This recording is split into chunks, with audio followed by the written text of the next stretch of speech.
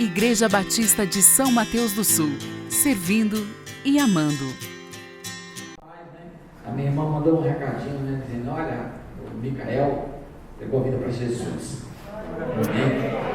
Agora para que o outro, né? Que o outro também possa ver, sou de Jesus também, que aquela família seja transformada pela graça de Deus.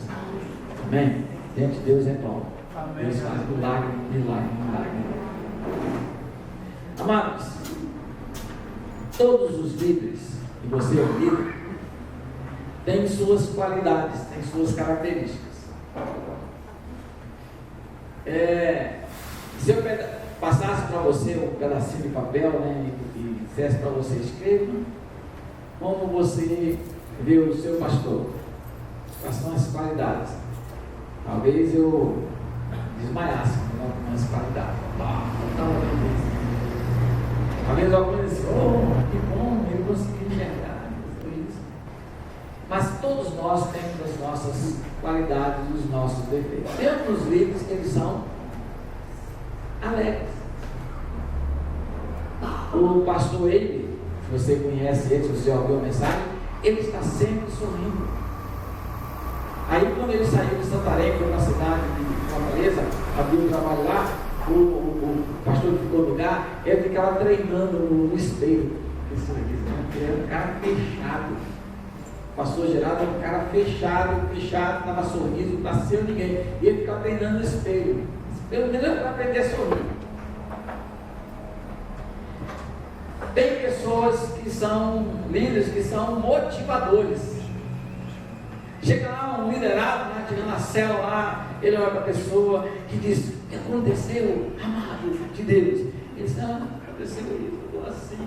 Não, meu irmão, vai dar certo, Deus é bom. E Deus, ele começa a motivar, e a pessoa, quando sai da célula, sai do livro, realmente o problema apareceu, mas o problema vai fugir por 100 caminhos. Eu creio na palavra. É um motivador. Você conhece algum livro motivador? Não, se você conhece, abençoe a vida dele. Se você não é, comece a motivar, aprenda a motivar. Existem outros líderes que são preparados. Esse preparar são líderes que estão preparados para liderar. Quando você começa a conversar com ele, você vê que ele está preparado para liderar. Ele leu o livro, ele pesquisou, ele foi adiante, ele está preparado. Tem outros líderes que, quando você olha, eles já estão preparados ainda, porque está começando a caminhada dele. No livro 21 Leis Irrefutáveis da Liderança, John Maxwell, ele fala que existem os níveis de liderança. Quando um pastor ele chega numa igreja, ele é empossado na igreja, aquela posse dele, a liderança dele é uma liderança imposta. Por exemplo, lá um dos amados aqui terminou o curso de engenharia e vai assumir uma função de liderança. Vamos imaginar lá o filho do Jaci, né? Ele terminou o curso dele de mecânica, passou no concurso da Petrobras, vem trabalhar aqui, ele vai ser o chefe do pai dele. Mas ele sabe liderar? Jaci? Não.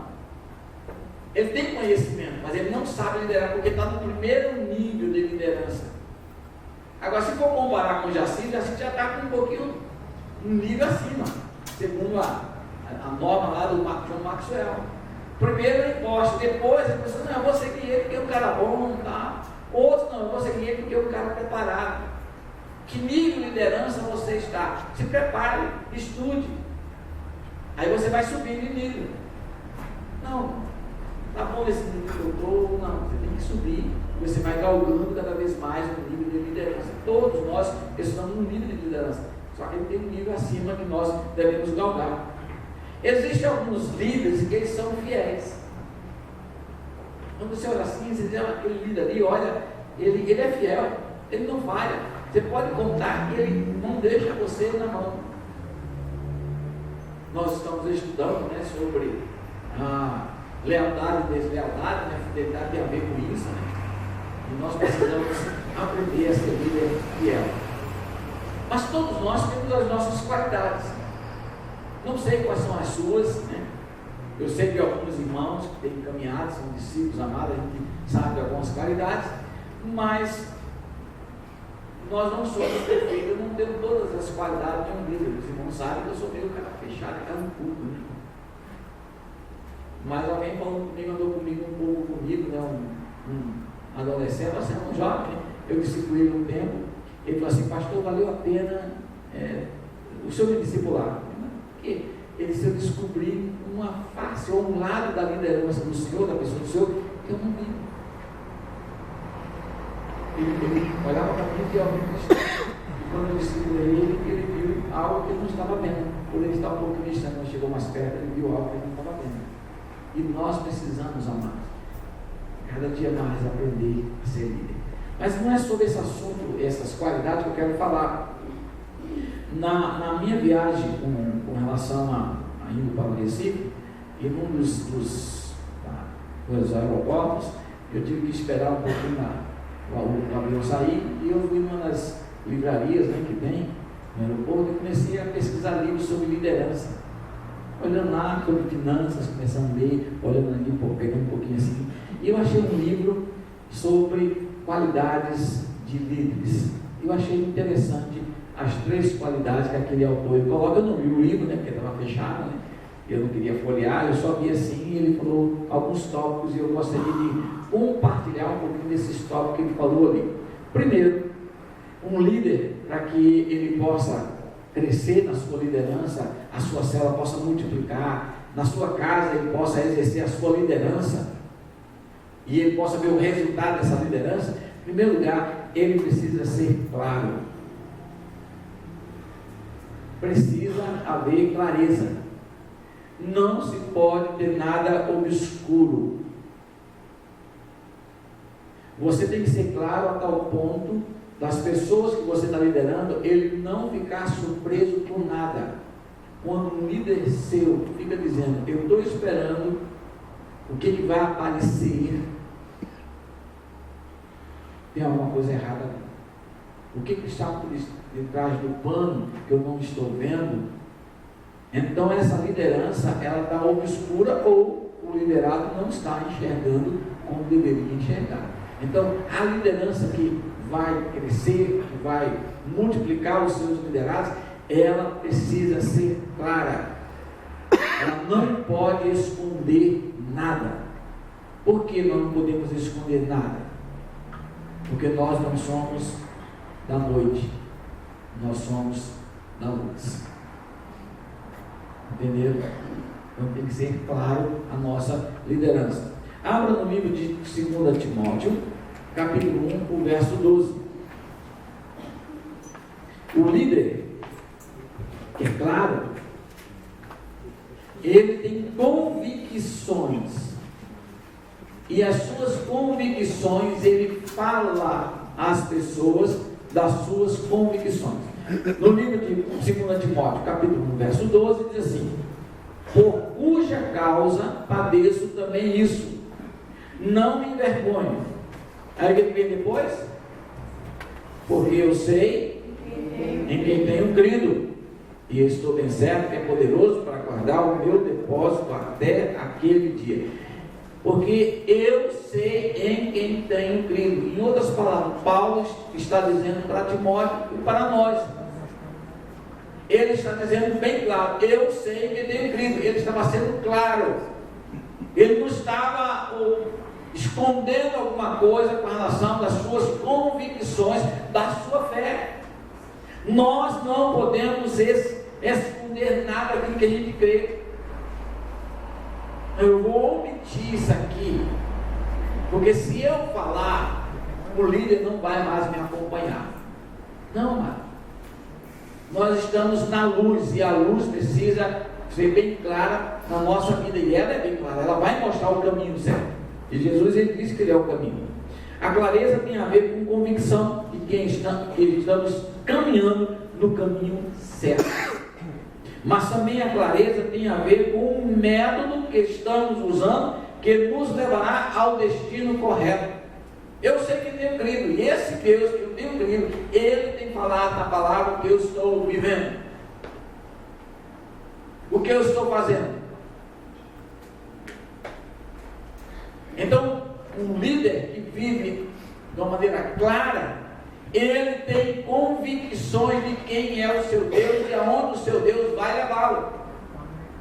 Em outras palavras, ele vai dizer para os seus liderados: venha atrás de mim, porque eu sei aonde eu estou indo, eu sei o que eu estou fazendo. Ele é claro. Só que muitas vezes as pessoas não confiam muito na gente.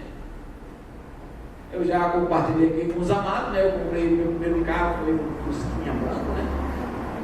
A metade desse dinheiro a minha esposa que me deu, depois de 3 meses de trabalho, ela recebeu o primeiro trabalho, o salário dela como professora, recebeu tudo junto. Eu falei: me dá um cheque, assina aí. Eu acabei de comprar um Fusquinha e ela me deu dinheiro. E eu fui na autoescola, 2 aulas eu já estava dirigindo a cidade. A universidade lá na carteira, né?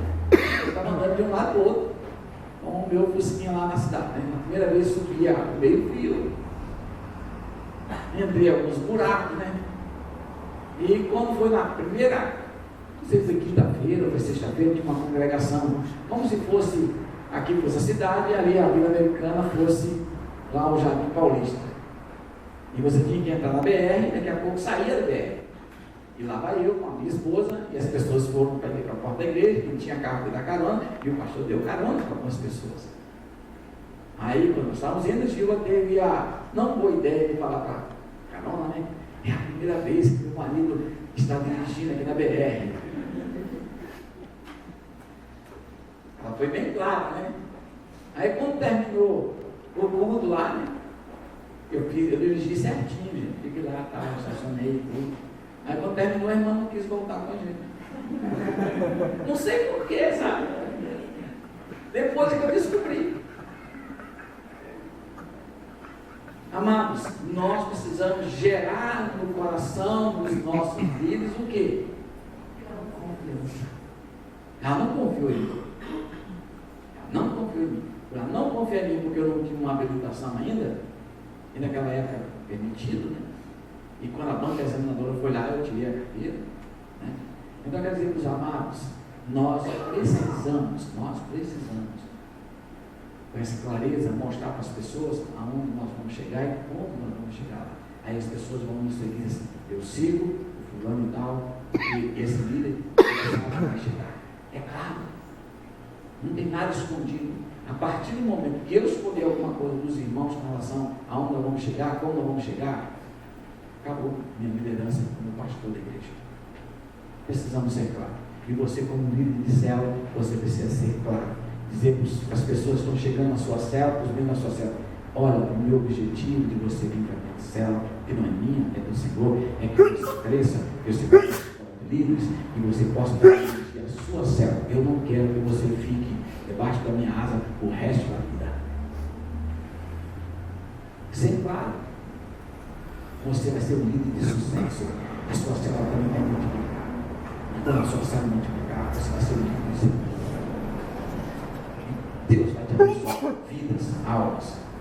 No livro de 1 Coríntios, capítulo 14, verso 8, o apóstolo Paulo fala com relação ao dom de línguas. Ele está falando com relação ao dom de línguas, tudo e tal, a tradução. 1 Coríntios, capítulo 14, o verso 8. 1 Coríntios, capítulo 14. E ele diz uma palavra, uma frase, no verso 8, que me chamou a atenção quando eu estava preparando o estudo. Eu me lembrei desse texto, Deus me levou para esse texto, diz assim, só para explicar aqui, amados, os irmãos entenderem esse texto.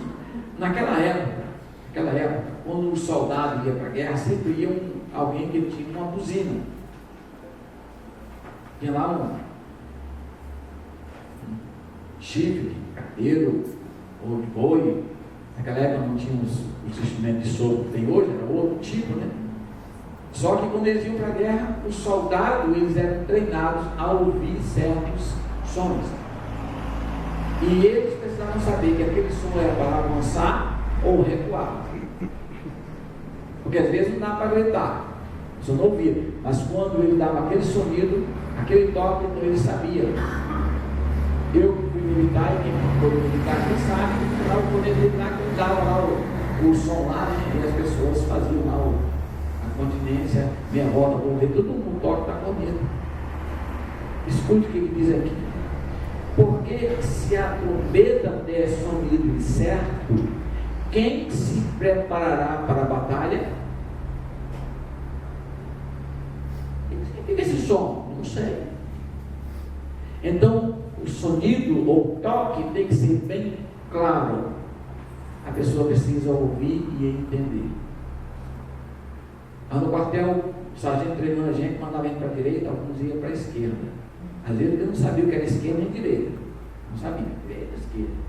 Às vezes porque não ouvia direito. Ele não ouvia direito. Por ele não ouvir direito, ele adivinhava. E às vezes ele ia sozinho. O grupo todinho para um lado, ele ia com a arma para o outro lado, ele corria e entrava novamente. Era engraçado. Então, com relação à clareza, nós precisamos falar algo e os irmãos entenderem. Isso chama-se treinamento. Nós precisamos ser treinados. Como é que é a célula? Como dirige célula? A célula protótipo nós estamos fazendo domingo pela manhã. Você bem? O nosso objetivo é você ser bem treinado. Quando a gente der uma orientação, a gente seguir. Todas as igrejas que estão multiplicando as células estão multiplicando.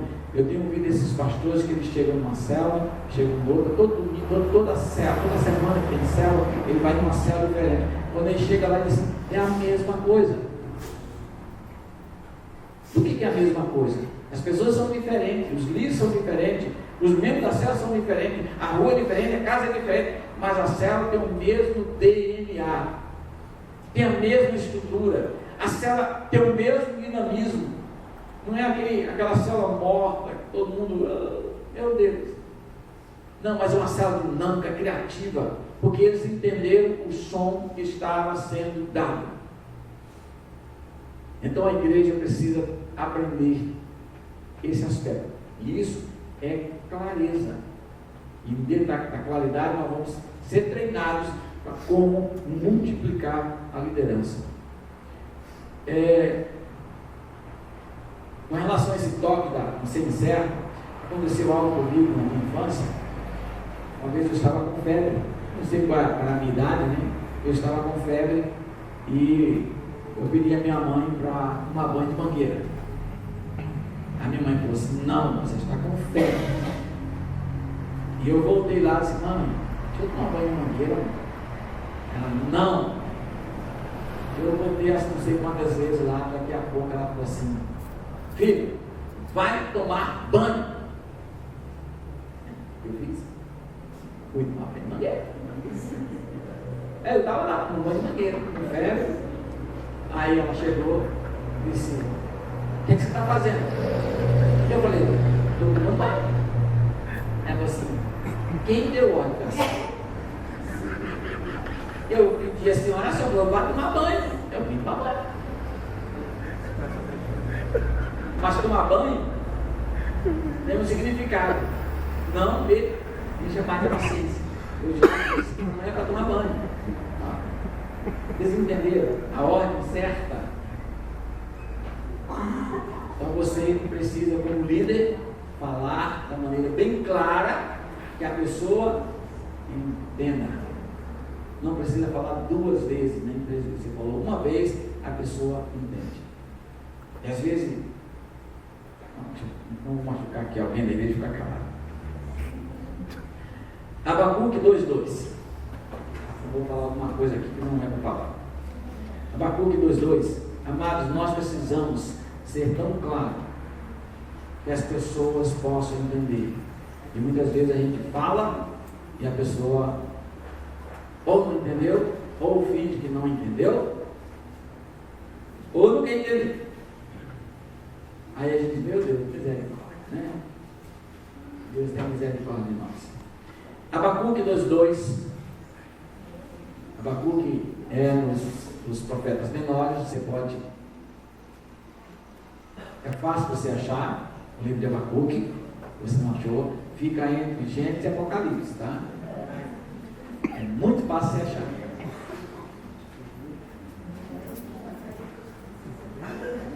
Diz assim Abacuque: então o Senhor me respondeu e disse: escreve a visão e torna bem legível sobre tábuas, para que a possa ler quem passa correndo. A ideia do outdoor, né? Deus já tinha essa ideia há muito tempo atrás, deu ideia lá para Abacuque. Você já dirigiu, quando você vai na estrada, você vê as propagandas bem grandes, você olha no ônibus, do trem, falando do avião você não vê, né? Mas do ônibus, do seu carro, você vê a propaganda lá bem grande. Passando correndo, você vê. Então a visão, aquilo que você está falando, aquilo que você está ensinando na célula, tem que ser de uma maneira tão clara que as pessoas que estão ali, mesmo que a pessoa passe, ela possa entender. Ela possa entender. Tem um dos hinos do cantor cristão, eu não sei qual ele, né? A pessoa que escreveu, se não me engano, é descendente de lepros aqui no Brasil, e por alguns motivos ele se afastou da casa de Deus, se afastou do povo de Deus, e ele não caminhou mais com Deus. E um dia ele estava passando na rua, alcoolizado, e a igreja estava cantando um cântico que ele tinha escrito. Ele estava passando na rua, e ele ouviu, e ele voltou, entrou na igreja e se reconciliou. Então nós precisamos, amados, falar de uma maneira tão clara que as pessoas, mesmo que passem correndo aqui na rua, eles possam ouvir e eles possam entender o que nós estamos falando. Nós precisamos falar de uma maneira bem clara, mesmo que a pessoa passe correndo, ela entende. Não sei se alguém aqui já passou por essa experiência. O filho está lá na televisão, ou está lá brincando, ou está lá fazendo alguma coisa e você fala com ele, aí daqui a pouco você vê que ele do mesmo jeito, chega lá assim, foi o que eu falei. E ele, você falou comigo? Você já passou por essa experiência? Aí dá vontade de você tirar o cinto, né? Ou o chinelo e descer quando eu vou falar, né? A gente não pode mais tirar o chinelo no cinto, né? Porque senão o conselho tutelar vai começar com a gente, né? E o nosso objetivo não é esse, cara. A pessoa possa entender o que a gente falou. Isaías 53:1 é uma pergunta.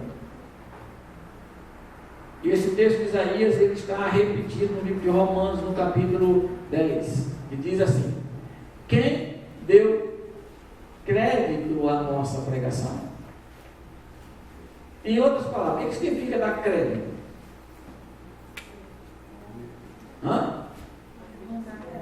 Considerar. Agora a pessoa só vai considerar se ela quiser, mas também um fato antes. Se ela entender, se ela ouvir. Quem deu crédito à nossa pregação? Quem é que deu crédito àquilo que nós estamos falando? E tem algumas pessoas que a gente está falando, está no WhatsApp, está lá no Facebook, né?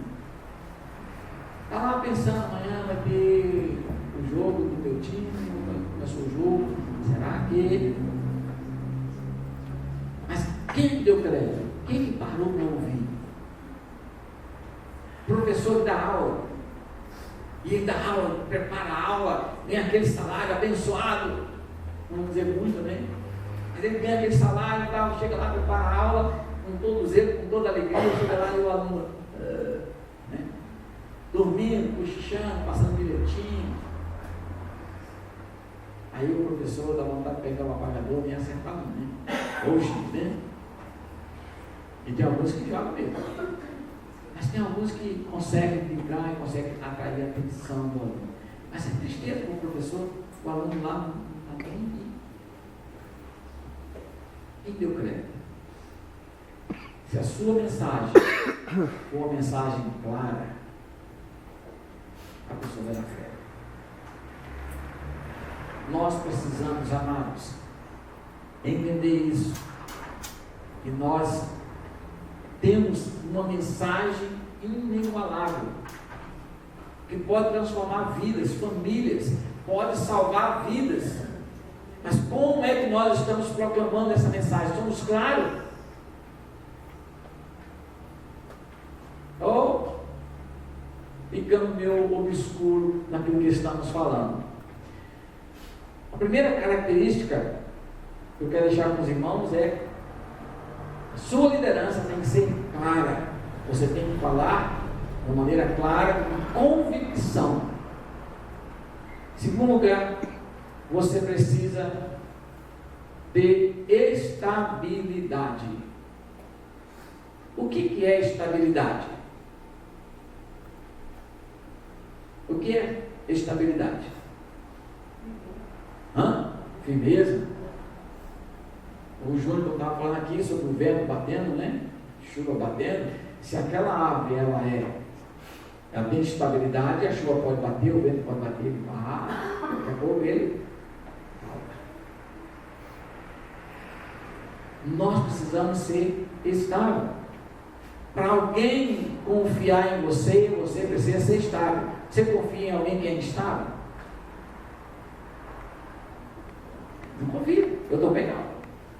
A estabilidade leva à fidelidade. Uma pessoa infiel certamente nos deixará na mão justamente na hora que mais precisamos dela. E nós precisamos ser estáveis. João 21:3 diz assim: de Simão Pedro, vou pescar. Disse então os outros discípulos: também nós vamos contigo. Foram e subiram logo para o barco, e naquela noite nada pescaram. Lá em João capítulo 21. É o finalzinho do livro de João. E eles vão pescar, não pescam nada. Aí quem que aparece quando eles estão lá, já desistiram? Jesus. O que Jesus grita para eles? Pescaram alguma coisa? Aí ele disse: não, joga do outro lado. Quando eles jogaram, aí tinha bastante peixe. Aí quando eles chegam lá na praia, eles viram a formação de peixinho lá. Jesus não precisou dos peixes dele, Jesus já tinha lá. Agora, a minha questão, quando eu estava estudando, pesquisando, é por que Jesus apareceu assim com Pedro ali? Jesus, ele estava querendo estabilizar a visão, a missão, o coração daquele homem chamado Pedro. Ele não estava ali para bater nele, não estava ali para dizer: você me negou 3 vezes. Não. Quando ele diz vou pescar, no grego, ele está dizendo assim: acabou tudo o que eu estava fazendo seguindo a Jesus. Agora eu vou voltar à minha antiga profissão. Aí Jesus aparece para ele e diz assim: vem cá, você está instável, você está na dúvida, mas eu quero dizer para você que para mim você tem valor. Como é que estava o coração daquele homem? Ele tinha negado a Jesus. O seu mestre tinha sido morto. Eles estavam sendo procurados para serem mortos também. A instabilidade emocional, psicológica e espiritual estava batendo na porta do coração daqueles homens. Aí Jesus aparece e diz: não mais, não tenha medo. Jesus estava estabilizando o coração daqueles homens.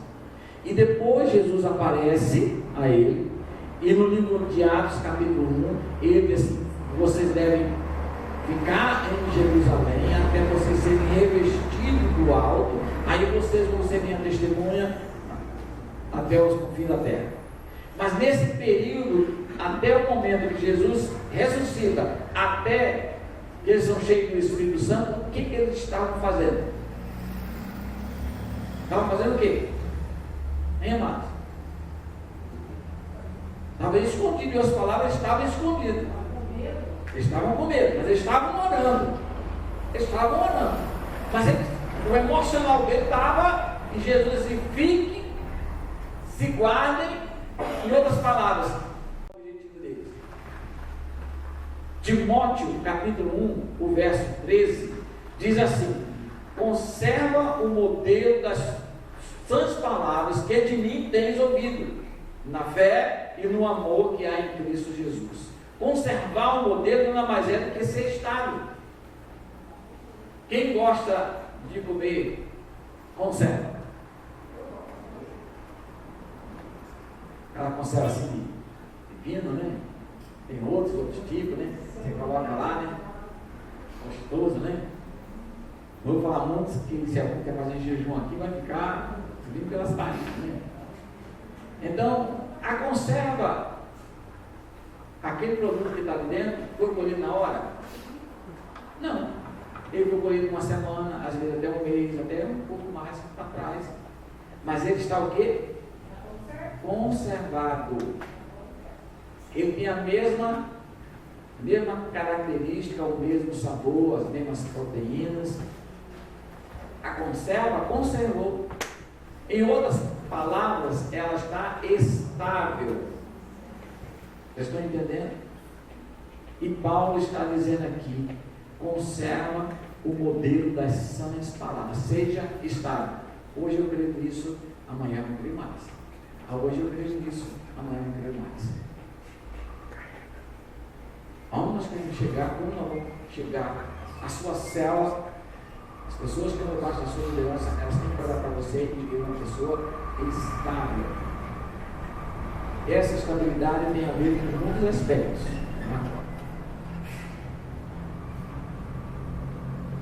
Levíticos 21, 18. Vamos lá.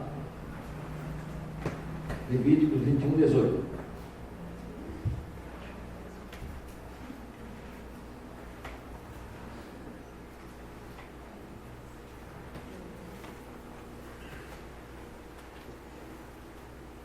Levítico 21, 18 vai falando dos filhos de Arão, ou da descendência levítica, dos levíticos, da tribo de Levi, das pessoas que não podiam exercer a função sacerdotal.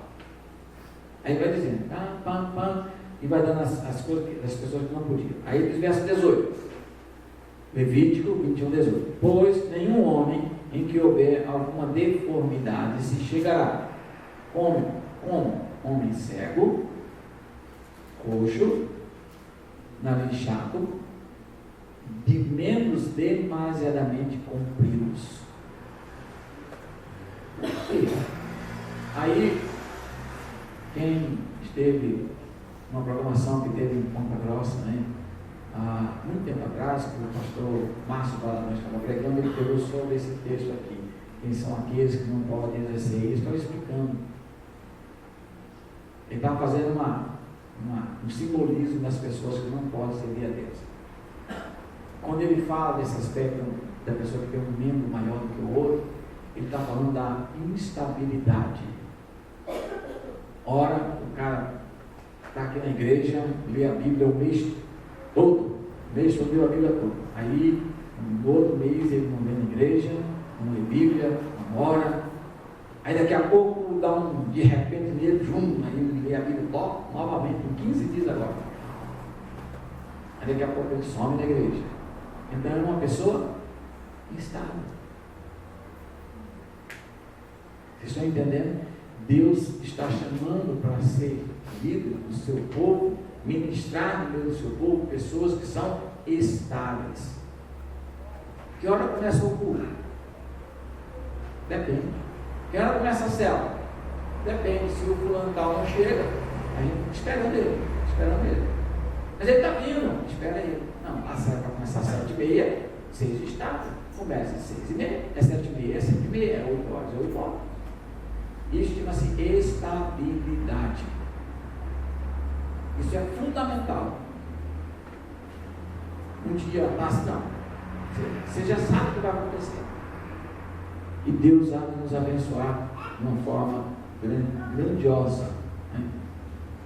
O curso que nós estamos fazendo sobre lealdade, lealdade fala mais um pouquinho sobre a ideia da estabilidade. Em último lugar, o ritmo. O ritmo, ele é de fundamental importância.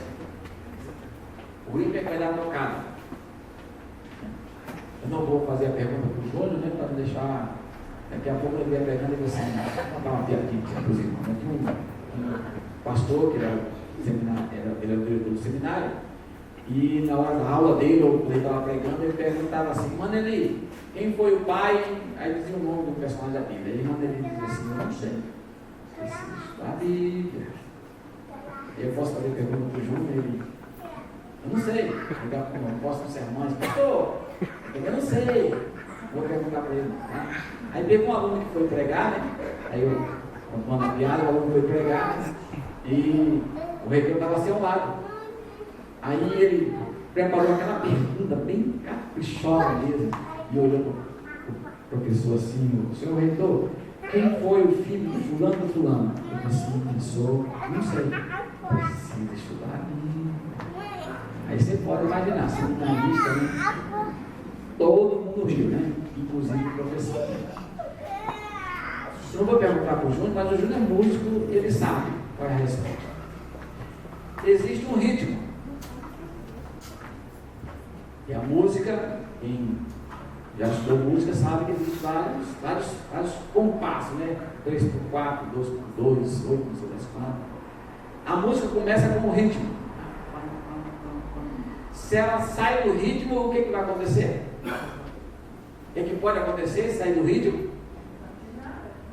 Vai desafinar. Vai desafinar, fica feio. E muitas vezes a música começa com um ritmo e daqui a pouco está com outro ritmo lá. E quem dá o ritmo muitas vezes é a batida, né? 1, 2, 3, 1, 2, 3, né? A bateria lá dá um ritmo certinho. Agora, pastor, a bateria com um ritmo e o violão com outro. E o teclado com outro. Não dá certo, né? O líder, ele é que vai determinar o ritmo da célula, da casa, da igreja. Ele vai dar o ritmo, vai dar a batida. Você já viu lá aquelas competições lá de corrida? Está passando agora, tem Sky, né? Na madrugada está passando lá o Mundial de Atletismo, né? Aí você vê lá, o cara começa com o ritmo, vai, mas daqui a pouco ele cansa, aí ele diminui o ritmo. O que pode acontecer se ele diminuir o ritmo? Perder. Porque ele diminuiu o ritmo. Nós não podemos diminuir o ritmo. A tocada, a batida. E nós vamos ali, ó, seguindo certinho a batida. 2 textos eu quero deixar com os irmãos. Tiago 1,17. Por que nós temos que ter esse ritmo? Pastor, o que é isso? Esse ritmo? A gente tem que bater esse ritmo. Por quê? Amados, esse texto aqui nos mostra quem é o nosso Deus. Ele diz assim, ó, Tiago 1,17. Toda a boa dádiva e todo o dom perfeito vem do alto, descendo do Pai das luzes, em quem não há mudança, da minha versão, não há mudança nem sombra de variação. Ele começou naquele ritmo, ele continua naquele ritmo. Ele vai naquela mesma batida. Ele não muda. E o segundo texto é João 9,4. Em João capítulo 9, no verso 4, o Senhor Jesus diz: convém que eu faça as obras daquele que me enviou enquanto é dia. A noite vem em que ninguém mais pode trabalhar. Então, enquanto é dia, nós temos um ritmo, nós temos um objetivo e vamos alcançar. Amados, qual é o nosso objetivo? Vidas, almas. Isso tem que bater no seu coração. Hoje eu fui fazer um eletro, né? E não sei o resultado ainda, né? Eu cheguei lá e perguntei: vai ver esse negócio? A moça: não, só um choque, 200 volts, resolveu rapidinho. Eu falei: tá bom, deita aí. Colocou lá aquele negócio lá e tal. Aí o resultado, só amanhã. Amanhã eu vou pegar o resultado. Mas eu sei que deu problema. Não é nem problema. Apareceu um negócio lá no computador. Estava assim, aquele negócio subir e descer. Eu amo uma chuva, eu amo uma chuva.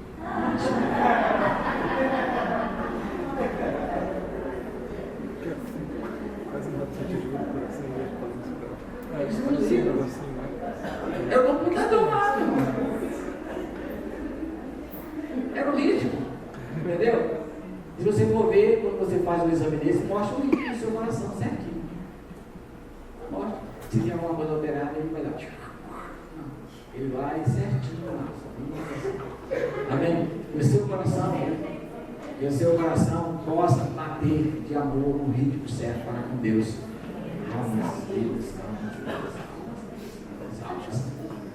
Amém? Mas também que você possa declarar o seu amor para a sua esposa. Você já declarou o seu amor para a sua esposa hoje? Se não, aproveita, né? Já declarou de amor para o seu filho?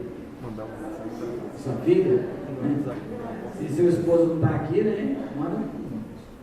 Pode mandar WhatsApp para ele. Manda lá, você um WhatsApp para minha esposa. Um mês, que é 70 centavos, né? Manda lá, eu te amo. Amém, gente?